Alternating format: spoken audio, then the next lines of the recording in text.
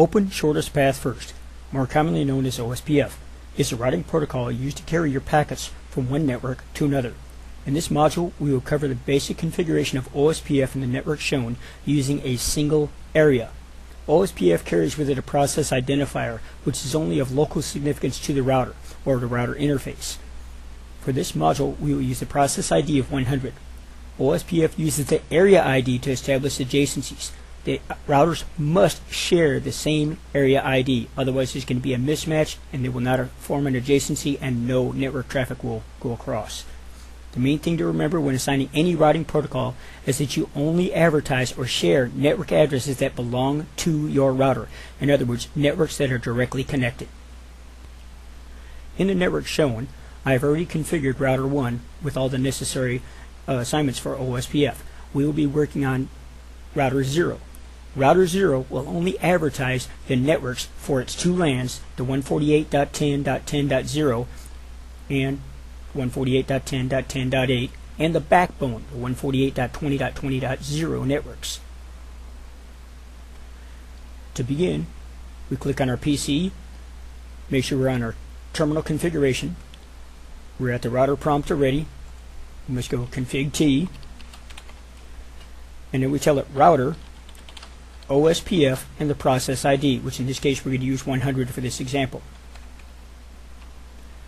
Now the prompt changes to config-router. This is where we will advertise our networks. I'm going to start off with our LANs. Network 148.10.10.0 network, followed by the subnet mask or the wildcard mask. The subnet mask is easy for people to remember, so we'll go ahead and start off with that.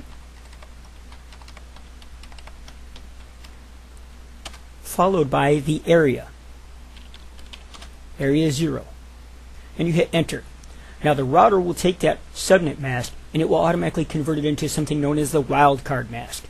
The wildcard mask is very easy to configure. All you need to know is how many addresses you have for your subnetwork. If you had 32 hosts or 32 addresses for your network, you would have 31 as a wildcard mask. You take that number, you subtract 1, you end up with the wildcard mask. So in this network, we have a range of 8 addresses. Our wildcard mask will be displayed as a 0.0.0.7. Okay? We will see that when we do our show running configuration before we save this to the router. Now I've got another network to add, and it's very similar to the one I just put in, so I'll hit the up arrow, left arrow over, and change this to the .8 network because it has the same mask.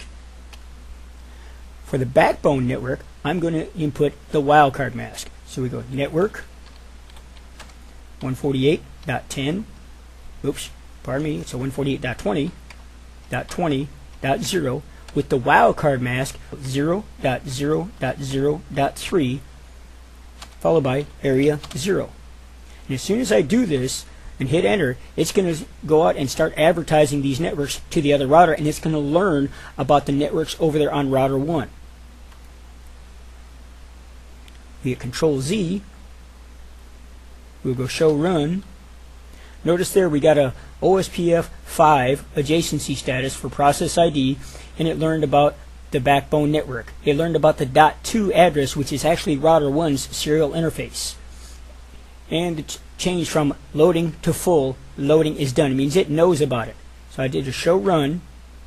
There's our enable password, our interfaces, our banner message of the day. But up here we have router OSPF 100. Here was our first network. Remember, I put in a subnet mask of 255.255.255.248. It puts in the wildcard mask. So you can type in either the subnet mask or the wildcard mask, or mix and match the two, not in one entry, of course, and it will always come up and display the wildcard mask. We hit enter, one line at a time, spacebar takes us down. We want to go show IP route to show our routing table. We come up under here, we see that we have 2 connected networks and are connected for our serial backbone down here, but we learned about 2 via O. O is OSPF right there. We learned about the .16 and the .24 network.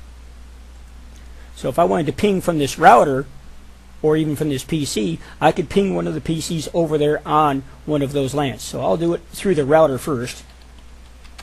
148.10.10.27 should be PC number 7 there. And I got it.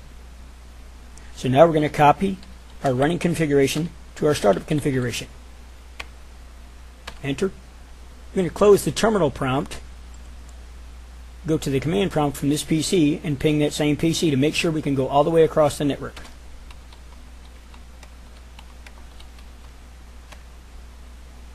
And we're getting our reply. This concludes this video.